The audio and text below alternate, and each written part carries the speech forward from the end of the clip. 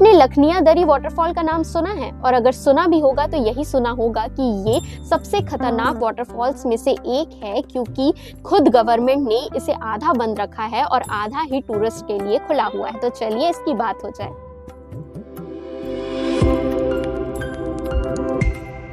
उत्तर प्रदेश के मिर्जापुर के अहरौरा से 7 किलोमीटर की दूरी पर है ये जलप्रपात, जिसके लिए आपको 2 से 2.5 किलोमीटर की ट्रैकिंग करनी होती है। और जैसे ही आप ट्रैकिंग करना शुरू करते हैं, आपको दिखते हैं ऊंचे ऊंचे पहाड़, फिर खूबसूरत नज़ारे, और फिर आप पहुंचते हैं वाटरफॉल तक। ये वाटरफॉल खतरनाक इसलिए है क्योंकि इससे पहले बहुत लोगों ने यहाँ जान गंवाया है, लेकिन यहाँ की खास बात ये है कि एंशिएंट रॉक पेंटिंग्स आपको देखने को मिलेगी, यानी वो चट्टान जो गुफाओं तक जाते हैं और उन चट्टानों पर बने हैं कलाकृतियां।